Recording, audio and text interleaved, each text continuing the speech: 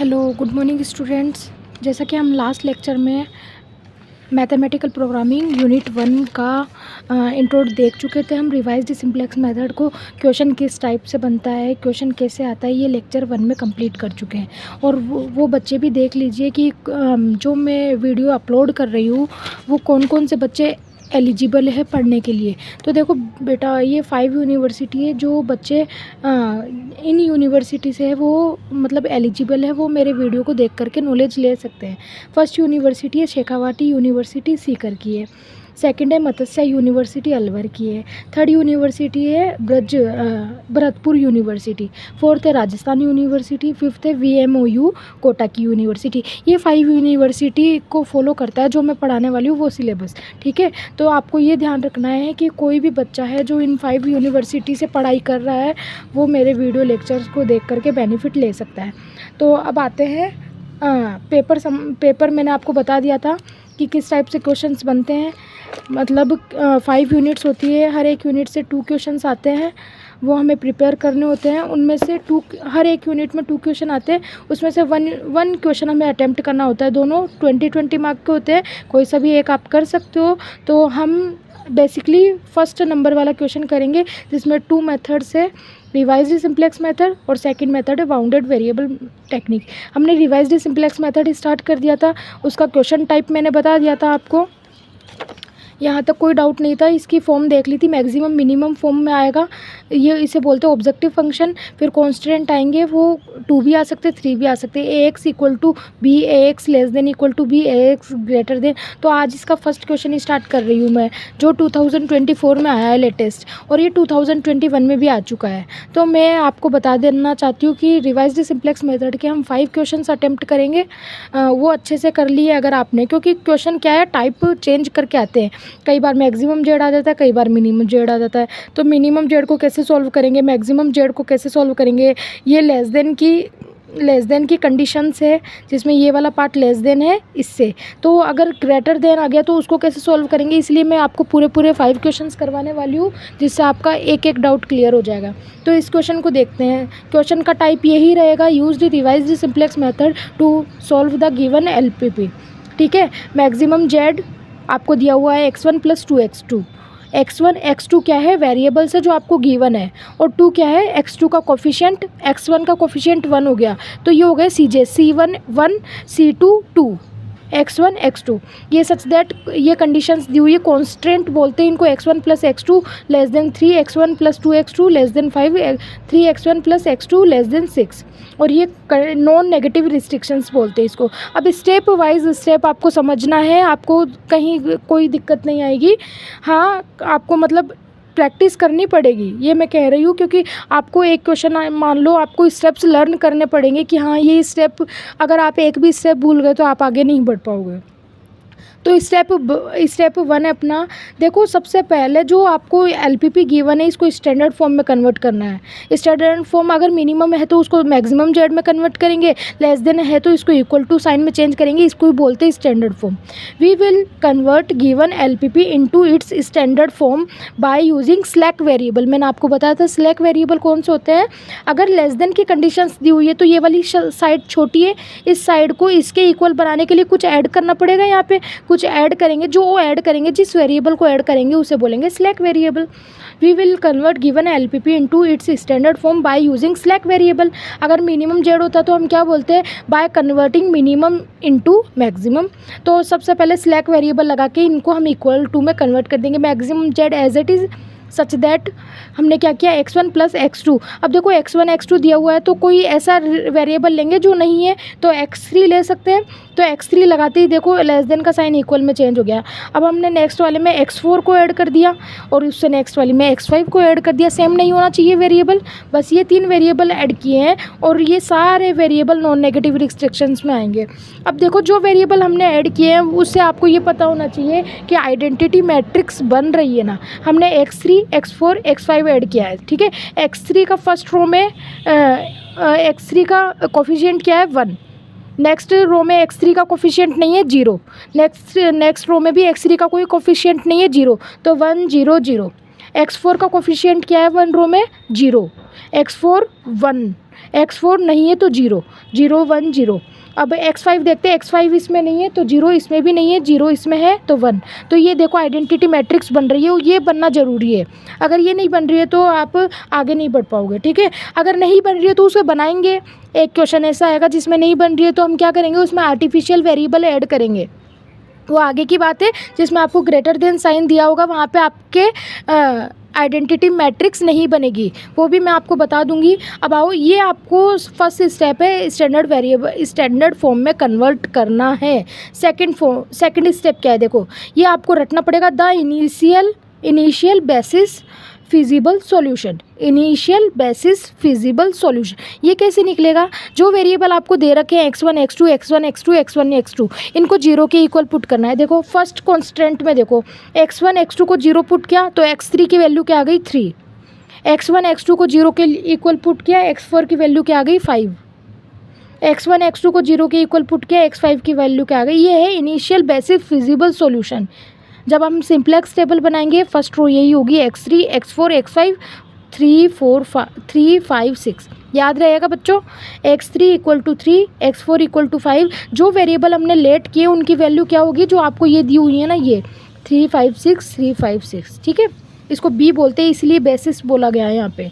Initial क्योंकि ये first solution है, मतलब जो दिया हुआ है ये फर्स्ट सॉल्यूशन, हमें ऐसे फाइनल सॉल्यूशन निकालना है, इसलिए initial basis feasible solution. Step third पे आते हैं। अब जो हमें गिवन है उसके थ्रू हम जो दिया हुआ है वो हम लिखने वाले हैं। तो ए का मतलब है जो आपको कॉन्स्टेंट दिए हुए हैं ना, इसमें जितने भी वेरिएबल्स के कोफिशिएंट है ना उसको अरेंज करके लिखना है। कोफिशिएंट कितने हो गए, x1 x2 थे, हमने x3 x4 x5 माने तो x1 x2 x3 x4 x5। First row में देखो x1 का कोफिशिएंट 1, x2 का कोफिशिएंट 1, x3 का कोफिशिएंट 1, x4 x5 नहीं है तो 0 0, x1 1 2 1 1 2 1 2, x3 नहीं है ना यहाँ पे तो 0, x4 का कोफिशिएंट 1, x5 नहीं है 0। नेक्स्ट में देखो 3, x2 का कोफिशिएंट 1, x3 नहीं है 0, x4 नहीं है 0, x5 का कोफिशिएंट 1। अगर x5 सिंपल लिखा हुआ है इट मीन्स उसका कोफिशिएंट कितना है 1। अब b की तरफ चलते, b क्या होगा, जो RHS पार्ट में आपको वैल्यूज़ दी हुए हैं कॉन्स्टेंट के, वो होती है b 3 5 6 3 5 6। सी की तरफ चलते, सी क्या होता है, जो मैक्सिमम जेड में कोफिशिएंट दिए हुए हैं, मैक्सिमम जेड में कोफिशिएंट दिए होते हैं वो सी होता है। तो इसका कोफिशिएंट 1, इसका कोफिशिएंट 2 1 2, ये सी हो गया। तो अब देखो x3 x4 x5 भी तो वेरिएबल है, उसको हम यहाँ पे लगा सकते हैं। तो यहाँ पे x3 x4 x5 नहीं है तो हम 0 0 उसकी वैल्यू पुट कर सकते हैं। तो पांचों वेरिएबल की वैल्यू क्या हो गई 1 2 0 0 0। A B C third step में क्या निकालना है, ABC। अब इन तीनों की हेल्प से एक और दो स्टेटमेंट और निकालने, क्या, ए कैप और बी कैप। ए कैप और बी कैप, जो हमने ए निकाला है ना उसमें एक और रो ऐड कर देंगे -c हमने अभी निकाला, ये उसके जितनी भी वैल्यूज़ है उन सब की साइन चेंज कर देंगे। तो ए तो यहाँ से यहाँ तक था 1 1 1 0 0 1 2 0 1 0 3 1 0 0 1। अब लास्ट रो किसकी है, ये सी की है। देखो सी की रो क्या थी 1 2 0 0 0, तो यहाँ पे सी की रो क्या आ गई -1 -2 0 0 0। मैंने बोला आपको माइनस साइन जो भी साइन है साइन चेंज कर देंगे सी का। तो ये ए कैप की वैल्यू होती है। बी कैप की वैल्यू जो बी है उसमें एक रो ऐड कर देंगे 0 लगा के। बी क्या था 3 5 6 0 लगा दिया, ये बी कैप। ये लास्ट आंसर तक यह वैल्यू सेम रहने वाली है, इसमें कोई चेंज नहीं होगा, ए कैप बी कैप, ठीक है। ये स्टेप थर्ड कंप्लीट हो गया। स्टेप 4 पे आते हैं बी का मतलब है बेसिस। क्या मतलब है, बेसिस। बेसिस में वो एलिमेंट्स वो वेरिएबल्स आते हैं जो हमने लेट किए हैं। कौन कौन से वेरिएबल लेट किए हैं, x3 x4 x5, उसको हमने एक ब्रैकेट में मैट्रिक्स के रूप में लिखा, ठीक है। अब इससे बनने वाली कॉन्स्टेंट में जो आइडेंटिटी मैट्रिक्स है, मैंने बोला था जो हम वेरिएबल लेट करेंगे उनसे आइडेंटिटी मैट्रिक्स बननी चाहिए, बन रही है। फर्स्ट रो में x3 है, सेकंड में x4 x5 है, तो इस रो में x4 x5 0 होंगे, इस रो में x3 x5 0 होंगे, इस रो में x3 x4 0 होंगे। तो देखो आइडेंटिटी मैट्रिक्स बन रही थी, उसको मैंने ऐसे लिख दिया, ठीक है। अब बताओ बी है, इसका इन्वर्स भी इसका इन्वर्स निकालेंगे तो भी आइडेंटिटी मैट्रिक्स से आएगी, ये तो कन्फर्म है। तो बी इन्वर्स निकाला तो बी इन्वर्स भी सेम आएगा। तो बी की हेल्प से हमने बी इन्वर्स निकाल लिया, ये काम का है हमारे, ठीक है। बी निकाला, और बी इन्वर्स निकाला, ठीक है। B equal to B inverse हो गया क्योंकि आइडेंटिटी मैट्रिक्स का इन्वर्स ऑलवेज बी इन्वर्स, ठीक है। अब इनकी हेल्प से हम क्या निकालेंगे, सी बी। ये आपको एक बार अटपटा सा लगेगा, लेकिन देखना दूसरा क्वेश्चन अटेम्प्ट करोगे इतना ईजी लगेगा जिसकी कोई हद नहीं है। सी बी कैसे निकालेंगे, देखो जो बी है बेसिस x3 x4 x5, उसी से रिलेटेड जो कंपोनेंट है मैक्सिमम जेड में कोफिशिएंट है हाँ तो ये बता दिया मैंने आपको। ये जो हमने देखो सी में जो वेरिएबल लेट किए x3 x4 x5 के जो कोफिशिएंट है 0 0 0, ये होता है सी बी मतलब बी बेसिस से रिलेटेड मैक्सिमम जेड में जो कोफिशिएंट है 0 0 0, ठीक है। अब सी बी इन्वर्स निकालना ही आपको रटना पड़ेगा, दिक्कत नहीं आने वाली है, ठीक है। सी बी इन्वर्स मतलब सी बी जो निकाला है उसको बी इन्वर्स से मल्टीप्लाई करना है। बी इन्वर्स आपने निकाला, सी बी आपने निकाला, तो इन दोनों को मल्टीप्लाई करेंगे। आपको पता है 0 0 0 से किसी भी आइडेंटिटी मैट्रिक्स को मल्टीप्लाई करते तो ऑलवेज भी 0 0 0 फाइंड आउट होता है, ठीक है। तो सी बी इन्वर्स क्या आ गया, ये याद रखना, कंफ्यूज नहीं होना है। सी बी इन्वर्स का क्या मतलब है, बी इन्वर्स इसके क्या है, इसके नीचे लगा हुआ है, ठीक है। तो सी बी को बी इन्वर्स से मल्टीप्लाई करना है, सी बी को बी इन्वर्स से मल्टीप्लाई करना है, ये सी बी इन्वर्स आ गया है। बस यहीं तक था अपना लफड़ा। अब इसके आगे आपको क्या निकालना है, B inverse cap. B inverse find out किया, अब बी इन्वर्स कैप कैसे, जो हमने फाइंड आउट किया उसकी हेल्प से। बी इन्वर्स फाइंड आउट किया, B inverse C B inverse find out किया, सी बी इन्वर्स 0 1, ये एज इट इज़ रहेगा 0 1। अब बी इन्वर्स क्या था, आइडेंटिटी मैट्रिक्स थी, ये हो गई, ठीक है। सी बी इन्वर्स क्या था, 0 0 0 0 0 0। अब 0 और 1 का क्या मतलब है, 0 0 0 1, लास्ट कॉर्नर पे 1, ये समझ में आया। 4x4 की मैट्रिक्स बन गई। अब इसके आते आपको फाइंड आउट करना है जेड जे माइनस सी जे कैसे फाइंड आउट करेंगे, बी इन्वर्स कैप की जो लास्ट रो है सी बी इन्वर्स 1, इसको मल्टीप्लाई करेंगे ए कैप से। मैंने बोला ना ए कैप और बी कैप हर टाइम काम आने वाला है, ठीक है। ए कैप से मल्टीप्लाई करेंगे, C B inverse 1 last row क्या है, 0 0 0 1 0 0 0 1 0 0 0 1। अब ए कैप आपको पूरा ऐसे कैसे लिखना है, अब देखो मल्टीप्लाई करेंगे तो मल्टीप्लाई करना आपको बेसिकली आता ही होगा, इसको इससे, इसको इससे, इसको इससे, इसको इससे। ये 1/4 की मैट्रिक्स है, 1 रो 4 कॉलम्स, इसमें 4 रो और 5 कॉलम्स। तो आपकी मैट्रिक्स कौन सी बनेगी, बेसिकली 4 4 हट जाएगा तो 1/5 की मैट्रिक बनेगी। 1/5 मतलब 1 रो और 5 कॉलम बन रही है, देख लो। तो मल्टीप्लाई करेंगे तो 0 को 1 से किया, 0 0 0 1 1 जा 1 माइनस का, ठीक है। 0 0 0 1 माइनस 2, ऐसे ही 0 को 1 से करेंगे 0 0 0 0, तो ये 0। अब आपको ये जेड जे माइनस सी जे आ गया है। अब आपको देखना है सबसे मोस्ट नेगेटिव डिजिट आपको दिख रही है कौन सी है, -2। तो हम क्या बोलेंगे, ये Z1 C1 है, ये Z2 minus C2, Z3 minus C3, Z4 minus C4, Z5 minus C5। तो यहाँ पे Z2 माइनस C2 क्या है, इज़ मोस्ट नेगेटिव एलिमेंट। तो अब हमें पता चल गया एंटर कौन करेगा, ये किसके कोरस्पॉन्डिंग है, x2 के। ये x1 से रिलेटेड था, x2 x3 x4 x5, तो ये x2 से रिलेटेड है, तो हम क्या बोलेंगे, x2 is a entering vector, x2 is entering vector. अब x2 एंटरिंग वेक्टर है तो x2 बताओ एंटरिंग वेक्टर है, तो हमें 2 चीज़ें फाइंड आउट करनी है, फिर हमारी टेबल रेडी है। 2 चीज़ें क्या, जो हमारा एंटरिंग वेक्टर है उससे रिलेटेड हमें x2 कैप फाइंड आउट करना पड़ेगा और xb कैप फाइंड आउट करना पड़ेगा। बस ये 2 फाइंड आउट करने के बाद हमारी टेबल रेडी हो जाएगी। देखो x2 एंटरिंग वेक्टर है तो x2 फाइंड आउट करेंगे, x1 एंटरिंग वेक्टर होता तो x1 कैप फाइंड आउट करते हैं, ठीक है।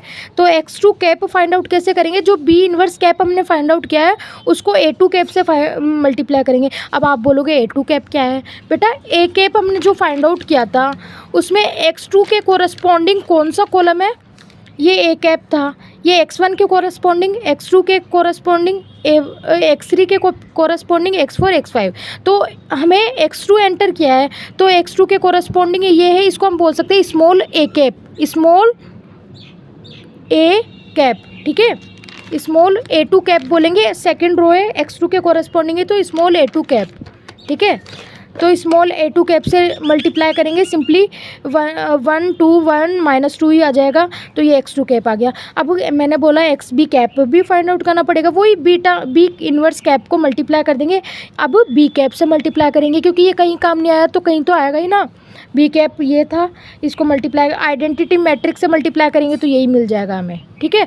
मल्टीप्लाई करना नहीं आता है तो वो भी मैं आपको बता दूंगी। फर्स्ट रो को फर्स्ट कॉलम से मल्टीप्लाई, फिर सेकंड रो को फर्स्ट कॉलम से मल्टीप्लाई। कॉलम एक ही है तो फर्स्ट कॉलम ही चलता रहेगा, ठीक है। 1 को इससे मल्टीप्लाई किया 0 0 0 3 आ गया। 0 1 को 5 से मल्टीप्लाई किया 5 0 0, ठीक है। तो एक्स बी कैप आ गया, x2 कैप आ गया।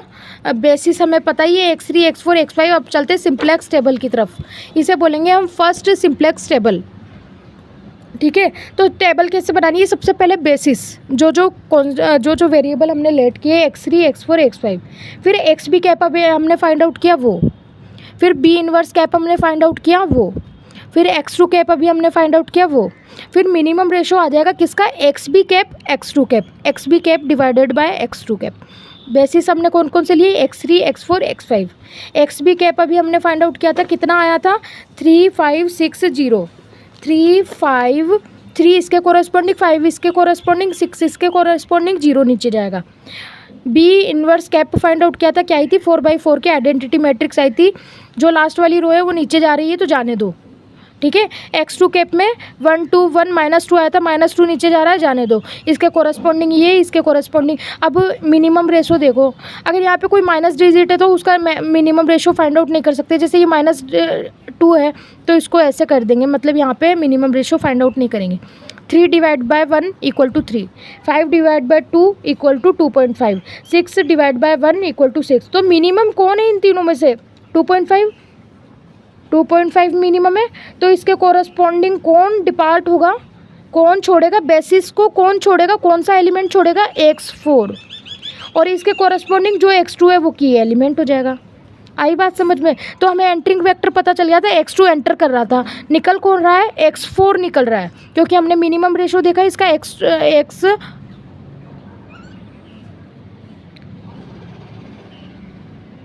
ठीक है। तो x4 यहाँ से लीव कर रहा है बेसिस को, तो हम क्या बोल सकते हैं, according to solution, according to simplex x4 leaves the basis and 2 is the key element. 2 key element है। तो अब देखो हमने बी, अब वही सिमिलरली वही सेम स्टेप चालू हो जाएंगे वापस से, क्या, बी इन्वर्स कैप वापस निकालेंगे, ठीक है। कब तक ऐसा हो जाएगा, जब तक ZJ माइनस CJ क्या हो जाए, पॉजिटिव नहीं आ जाए। वहाँ पे -2 नेगेटिव था तो उसके कोरस्पॉन्डिंग x2 एंटर किया, यहाँ पे हमने मिनिमम रेशो देखा तो x4 बाहर निकल रहा है, ठीक है। तो अब x4 बाहर निकल रहा है तो हमने क्या फाइंड आउट किया, बी इन्वर्स कैप वापस कैसे फाइंड आउट करेंगे। अब इस की एलिमेंट का वर्क है पूरा, जो की एलिमेंट है उस वाली रो को ओनली बी इन्वर्स यहीं से निकलेगा, बी इन्वर्स कैप यहीं से। तो 2 की लाइन वालों को तो 2 को क्या बनाना होता है, 1, जो की एलिमेंट है उसको 1 बनाना होता है। बताओ 2 को 1 कैसे बना सकते हैं, 2 से डिवाइड करके। तो देखो इसको 2 से डिवाइड करेंगे तो 0, सेकंड रो पर है तो सेकंड रो पे ही लिखना है। 0 को 2 से डिवाइड किया 0, 1 को 2 से डिवाइड किया 1/2, 0 को 2 से डिवाइड किया 0, 0 को 2 से डिवाइड किया 0। कोई डाउट। सेकंड रो थी, सेकंड रो में हमने 2 से डिवाइड कर दिया। फर्स्ट रो पे चलो, फर्स्ट रो को जो की एलिमेंट है उसके ऊपर नीचे वाली डिजिट को क्या बनाना होता है, 0। क्या बनाना होता है, 0। तो देखो 1 को 0 बनाएंगे, इसको 0 बनाएंगे। वो कैसे बनाएंगे मैं बता देती हूँ। हमें चाहिए ये रो हमारे पास आ गई थी, ये वाली रो, ये वाली रो, ये वाली रो हमें चाहिए। अभी यहाँ पे हमने फाइंड आउट नहीं किया है, ठीक है। ये तीनों हमें चाहिए, तो हमने क्या किया, इसमें 2 से डिवाइड कर दिया। अब ऊपर वाली रो हमें चाहिए, तो देखो इस वाले से ही हमें ऊपर वाली रो मिलेगी, ऊपर वाली रो से ऊपर वाली रो मिलेगी। तो ऊपर वाली रो को लिखो 1 0 0 0। देखो कैसे होगा ये, मैं आपको बता देती हूँ।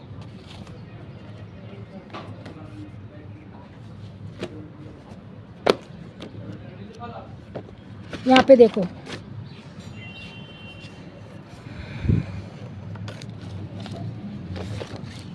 आपको फर्स्ट रो दिया हुआ है 1 0 0 0, 1 0 0 0, ठीक है। अब क्या करना है, जो इसके सामने वाला की एलिमेंट के जस्ट ऊपर वाला, मतलब ऊपर वाली रो को सॉल्व करें तो ऊपर वाला देखेंगे, ठीक है। ऊपर वाला एलिमेंट क्या है, 1, उसको सब्ट्रैक्ट करना है, ठीक है, उसको माइनस करना है। माइनस करेंगे अगर ये माइनस का होता तो वो प्लस हो जाता, ठीक है। अब इनको मल्टीप्लाई करेंगे किससे, जो न्यू रो बनी है 0 1/2 0 0, ठीक है। कैसे क्या मैंने सीख लो अच्छे से बच्चों। क्या हमें चाहिए ऊपर वाली रो, ठीक है। ऊपर वाली रो किसके अकॉर्डिंग आएगी, इस वाले के अकॉर्डिंग। इस वाले को हमने पहले लिख लिया 0 1 0 0 0 1 0 0 0। अब इसके सामने जो एलिमेंट है x2 के कोरस्पॉन्डिंग 1, उसको हमने क्या कर दिया, सब्ट्रैक्ट कर दिया, ठीक है। सब्ट्रैक्ट करने के बाद मल्टीप्लाई करेंगे जो न्यू रो बनी थी उससे, ठीक है। अब देखो 0 से 1 मल्टीप्लाई हुआ 0 और ये 1 आ गया। ये 0 है तो minus sign 1 multiply by half कितना हो जाएगा 1/2, ठीक है। ये 0 हो गया, ये 0 हो गया 0, ये 1 0, ये 0 0, तो क्या गया 1 -1/2 0 0 1 -1/2 0 0। ऐसे ही लास्ट वाली रो फाइंड आउट करेंगे तो पहले उसको लिख लो 0 0 1 0। माइनस करेंगे इसके सामने वाला एलिमेंट क्या है 1, तो 1 को माइनस करेंगे, ठीक है। मल्टीप्लाई करेंगे जो न्यू रो बनी थी 0 1/2 की एलिमेंट वाली रो को ही मल्टीप्लाई करना है, ठीक है। ये 0 आ जाएगा, ये -1/2 आ जाएगा, ये 1 आ जाएगा, ये क्या आ जाएगा 0। तो देख लो 0 -1/2 1 0। अब लास्ट वाली रो है उसको भी लिख लो 0 0 0 1। माइनस करेंगे, क्या माइनस करेंगे, सामने कौन है -2, तो -2 है तो +2 हो जाएगा। मल्टीप्लाई बाय न्यू रो क्या थी 0 1/2 0 0, क्या आ जाएगा 0, क्या आ जाएगा 2 से 2 कट जाएगा 1 0 0 0 0, तो ये 1 0 1 0 1 0 1 0 1, ठीक है बेटा। समझ में आया कैसे हमने न्यू रो निकाली। तो ये हमारी बन गई बी कैप इन्वर्स। अब बताओ बी इन्वर्स कैप के बाद हमने क्या निकाला था, जेड जे माइनस सी जे। वही लास्ट रो लेनी है हमें 0 1 0 1, उसको मल्टीप्लाई करना है ए कैप। ए कैप हमेशा सेम रहेगा, ध्यान रखना, ठीक है। मल्टीप्लाई किया 0 1 जा 0 1 0 1 1 -1 कितना हो जाएगा 1 -1, ठीक है। क्या आ जाएगा 0। अब इसको इससे मल्टीप्लाई करेंगे 0 2 0 -2 2 -2, ऐसे यहाँ पे 1 है तो ओनली 0, यहाँ पे ये इस 1 से 1 हो जाएगा 1, ठीक है। और लास्ट वाली रो में देंगे कि थर्ड नंबर पे 0 0 1 जा 0, ठीक है। तो 1 -1 0 2 -2 0 0 1 1। अब देखो Z J minus C J, here all Z J minus C J is positive such that Z J minus, अब अगर पॉजिटिव है तो 0 से ग्रेटर होगा, तो अब हमें हमारा आंसर मिलने वाला है। So the corresponding solution is optimal solution. जो हमें अब सोल्यूशन मिलने वाला है वो क्या होगा, ऑप्टिमल सोल्यूशन। अब देखो ऑप्टिमल सोल्यूशन के लिए बस एक ही स्टेप करना है। बताओ जब जेड जे माइनस सी जे निकालते थे, कोई एलिमेंट नेगेटिव आ जाता तो उसके जस्ट बाद हम क्या निकालते थे, उससे रिलेटेड एलिमेंट। जैसे x2 एंटर कर रहा है तो x2 कैप निकालते थे और x भी कैप निकालते थे। अब यहाँ पे एंटर तो कोई करेगा ही नहीं, क्यों, सारे पॉजिटिव है, तो x2 कैप तो निकलेगा नहीं। तो अब क्या निकलेगा, ओनली x भी कैप निकालेंगे, ठीक है। x भी कैप निकालेंगे, वही बी इन्वर्स कैप जो हमने निकाला है अभी वो, और बी कैप से उसे मल्टीप्लाई कराएंगे। बी कैप जो हमने निकाला है देख लो चाहे आप, बी कैप इन्वर्स क्या निकाला है, ये निकाला है अभी हमने, उसको बी कैप से मल्टीप्लाई करेंगे। बी कैप क्या होगा, चेंज नहीं होगा कभी भी, वही है बी कैप जो हमने इस स्टेप थर्ड में निकाला था 3 5 6 0। मल्टीप्लाई करेंगे, यहाँ पे सॉल्यूशन करेंगे, ये आएगा 1/2 5/2 7/5। अब ये किसके कोरस्पॉन्डिंग है, ये सबसे मेन है बेटा। ये किसके कोरस्पॉन्डिंग है मैं आपको बता दूँ। जो लास्ट सिंप्लेक्स टेबल बनाई है अपन ने, एक ही बनी है, ठीक है। कहीं में 2 बनती है, कहीं में 3 बनती है, एक ही बनी है। तो इसमें देखो बेसिस में कौन कौन है, x3 x4 x5। x4 तो निकल गया ना, एंटर कौन किया था स्टार्टिंग में, x2 एंटर किया था, तो इस x4 की जगह कौन आएगा, x2। तो हम क्या बोलेंगे, x3 x2 x5। क्या है, x3 x2 x5। तो ये किसके कॉरस्पॉन्डिंग होगा, फर्स्ट तो होगा x3, second x2, third x5, और जो लास्ट वाला बच गया वो होता है मैक्सिमम जेड की वैल्यू, ठीक है। तो x2 कितना है 1/2 5/2, मैक्सिमम जेड कितना आया 5।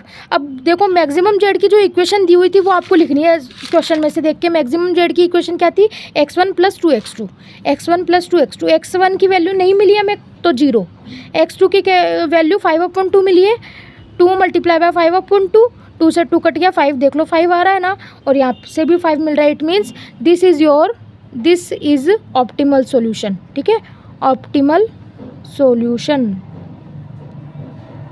ठीक है, ये आपका आंसर था फाइनल। ठीक है, तो ऐसे ही और क्वेश्चंस करेंगे। ये हमारा एक पहला क्वेश्चन था। आई होप आपको अच्छे से समझ में आया होगा, कोई डाउट नहीं होगा। तो बने रहिए मेरे साथ, आपको बेस्ट से बेस्ट।